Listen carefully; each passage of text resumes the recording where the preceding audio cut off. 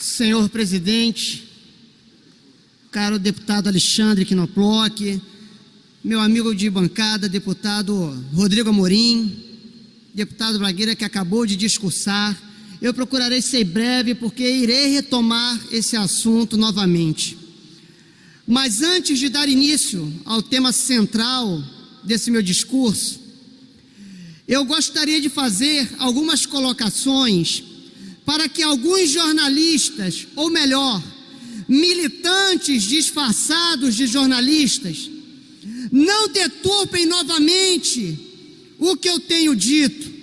Então é necessário que eu faça uma contextualização antes. Eu quero dizer que 99,99% das pessoas que residem nas comunidades do estado do Rio de Janeiro são pessoas honestas, são pessoas trabalhadoras, são pessoas de honra, são pessoas que têm sonhos e esperanças, são pessoas que desejam para si e para os seus um futuro repleto de realizações. Primeiro ponto, então, repito, 99,99% das pessoas que residem nas comunidades do estado do Rio de Janeiro, comunidades pobres, são pessoas honestas, honradas e trabalhadoras. Esse é um primeiro ponto importante. Segundo ponto importante, solidarizo-me neste momento aos parentes das pessoas que nesses últimos dias, e ao que tudo indica, pessoas que eram inocentes e que infelizmente faleceram. Solidarizo-me neste momento a todas essas famílias enlutadas. Segundo ponto importante. Mas eu quero deixar bem claro, e aí sim, caminhando para o ponto central do meu discurso, eu quero deixar bem claro o seguinte: é necessário que o combate aos traficantes, aos criminosos, continue, independente de onde eles estejam. Seria muito bom se os policiais adentrassem numa comunidade e não houvesse uma forte resistência dos criminosos que lá estão incrustados e que mantêm toda uma comunidade refém da violência que eles praticam diuturnamente contra os moradores honestos, honrados e justos, trabalhadores que lá residem. Seria muito bom que não houvesse nenhuma resistência desses criminosos, mas o dia a dia comprova que isso não existe, que eles não se rendem, que eles não se entregam, que eles têm por finalidade atirarem a esmo ou atirarem na direção dos policiais. Mas eu preciso dizer para vocês o que está em curso. Quando alguns políticos de esquerda ingressam no judiciário pedindo que as operações policiais cessem, por exemplo, na Maré, o que está por trás disso? A quem interessa isso? Imaginem vocês e saibam todos que nos últimos meses, tanto a Polícia Civil quanto a Polícia Militar, a partir de grandes operações, deram um prejuízo enorme no tráfico da Maré, do complexo da Maré. Vários fuzis foram apreendidos, toneladas de drogas foram apreendidas, o que trouxe um prejuízo financeiro e operacional para os traficantes que lá estão. Mas quando alguém pede Para que as operações tenham fim, é preciso que nós esclareçamos o que se esconde e o que está embutido nesse cavalo de Troia. A Maré, se eu não me engano, o Complexo da Maré, são 16 comunidades. Mas vamos supor que em somente uma comunidade nós tenhamos 100 fuzis. Se nós ficarmos apenas um ano sem que haja uma operação policial nesta comunidade possuidora de 100 fuzis, ao final de um ano, o que eram 100 fuzis, muito provavelmente terá se transformado em 1000 fuzis. E um precedente perigosíssimo para toda a sociedade, principalmente para os moradores de bem que lá residem, estará aberto. Agora imaginem que nós temos diversas outras localidades no estado do Rio de Janeiro que infelizmente são dominadas pelo tráfico. E imaginem que a partir de um precedente, essas comunidades também requeiram que não mais se realizem operações policiais nesses lugares. Ao final de um ano, nós teremos criminosos sanguinários com a mesma quantidade de fuzis, ou até mesmo com uma quantidade de fuzis maior do que as forças policiais. Mas não para por aí.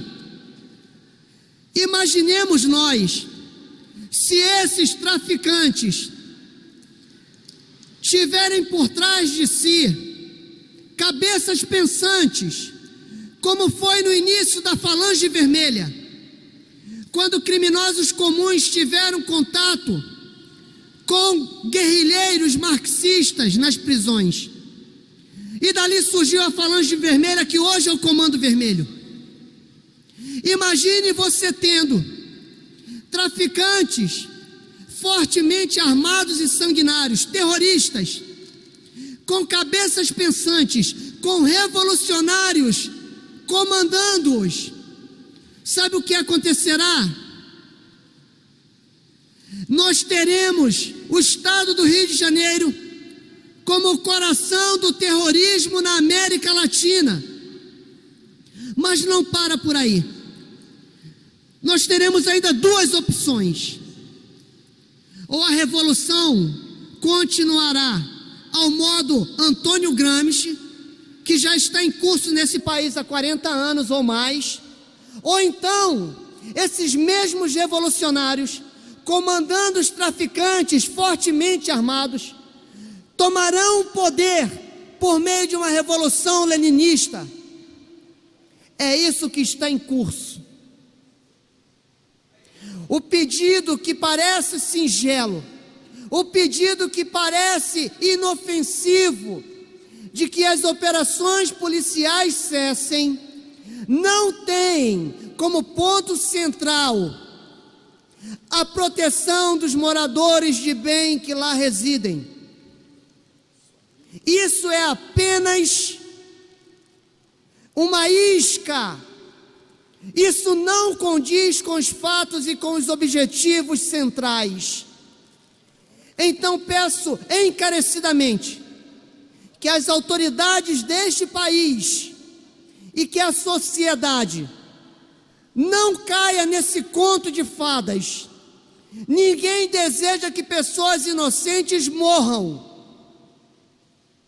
mas isso não é motivo a priori para se pedir de forma extensiva e ampla que as operações policiais tenham fim.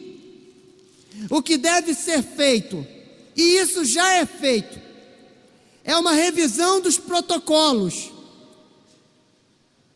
É uma revisão dos protocolos.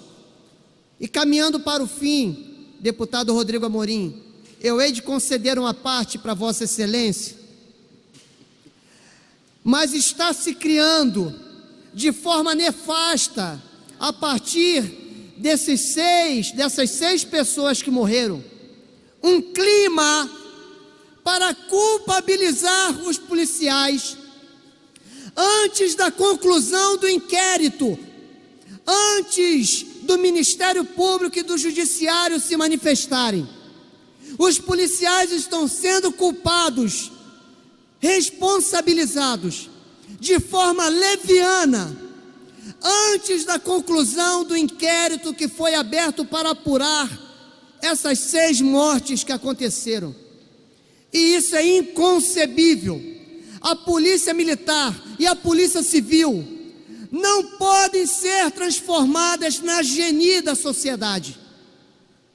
É inconcebível que homens e mulheres honrados, que servem nessa instituição e que são majoritários, sejam enxovalhados por pessoas que os tratam com desprezo. Esses homens e mulheres das polícias civil e militar doam suas vidas todos os dias pelo bem da sociedade. Por favor, Rodrigo. Deputado Márcio Gualberto, parabenizando as suas palavras e, através dessa lógica muito bem explicitada, de forma pedagógica por Vossa Excelência, nós desvendamos o modus operandi dessa turma da esquerda tão nefasta ao Rio de Janeiro. Eu só somo um detalhe. Imagine, isso é real, já aconteceu.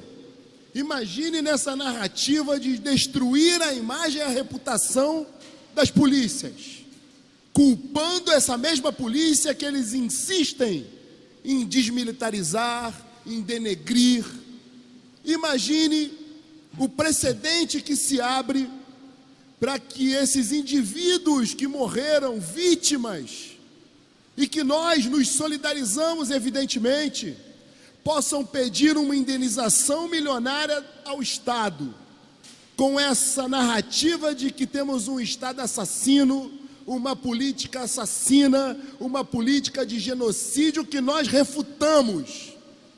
E aí, esse mesmo advogado orquestrado por esse grupo, que já atuou, por exemplo, no caso Amarildo, que atuou em outras tragédias no estado, na cidade do Rio de Janeiro, e que se locupleta por conta da miséria humana. E não me admiraria se indivíduos dessa estirpe sejam efetivamente doadores para futuras ou passadas campanhas eleitorais, que sejam doadores para ação política partidária. E aí a lógica está absolutamente fechada. Uma lógica de longo prazo, de bandidolatria, de destruição da reputação do Estado, em prol de um projeto político que, bem disse o presidente Jair Bolsonaro, nós temos que acabar com o cocô no Rio de Janeiro, o comunista e o corrupto. Muito obrigado, senhor deputado. Para concluir, deputado. Parabéns, deputado Rodrigo Amorim, pela exposição que fez e pelo entendimento que teve disso que eu tenho falado até agora. Atenção, sociedade do Estado do Rio de Janeiro e do Brasil. Repito, concluindo a minha fala, as pessoas que residem em comunidade, na sua maioria esmagadora, são pessoas justas, honestas, trabalhadoras, cheias de sonho e de esperança. Segundo ponto que eu quero reforçar: solidarizo-me com as famílias das 6 pessoas que, ao que tudo indica, e por que eu falo ao que tudo indica? Porque existe um inquérito em curso que está investigando e apurando tudo, todas as responsabilidades. Solidarizo-me com essas 6 famílias enlutadas. E quero chamar a atenção para o terceiro ponto. Isso não pode ser motivo para que cessem as operações policiais. As instituições policiais precisam, sim, de treinamento, de salário, de protocolos, ninguém duvida disso. que se façam.